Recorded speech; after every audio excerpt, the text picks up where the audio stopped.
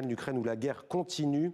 La Russie demande aux ressortissants étrangers de quitter Kiev, la capitale, y compris d'ailleurs si le personnel travaille dans des ambassades par exemple. Les autorités ukrainiennes appellent, je cite, à ne pas céder au chantage russe. Les précisions de Mevalo. Endommagées par une frappe russe, les vitres de ce café n'ont encore pu être remplacées. Mais les portes restent tout de même ouvertes aux clients, malgré les menaces de Moscou. Notre peuple est épuisé et moi aussi j'en ai assez de cette guerre. J'essaye même de ne pas regarder les informations.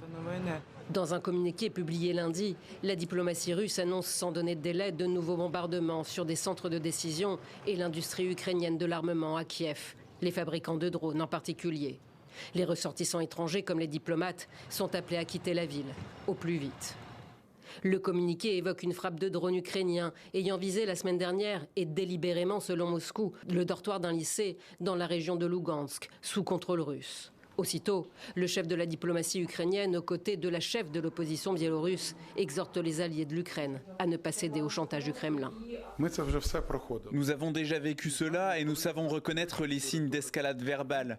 Ils tentent d'influencer la mentalité occidentale par des menaces nucléaires ou des exercices conjoints sur le territoire biélorusse. C'est sa façon, une fois de plus, de ridiculiser tous les efforts de paix. Interrogé ce mardi, le porte-parole du ministère français des Affaires étrangères exclut toute évacuation. C'est une nouvelle intimidation qui est en réalité d'autant plus scandaleuse parce que la Russie, comme membre permanent du Conseil de sécurité et comme co-belligérant, doit s'assurer de la protection des civils ukrainiens comme des ambassades étrangères. Et donc il y a un deuxième effet, si vous voulez, qui est d'essayer de se disculper de toute éventuelle bavure possible à l'avenir. Et ça, c'est inacceptable. Bruxelles a convoqué le chargé d'affaires russe. L'Union européenne refuse elle aussi de se laisser impressionner. La Russie veut instaurer la peur et l'isolement en Ukraine et ailleurs, mais notre message est clair, cela ne fonctionnera pas. L'UE maintient d'ailleurs sa présence et ses opérations à Kiev. Reste la réponse de Washington, qui se fait attendre.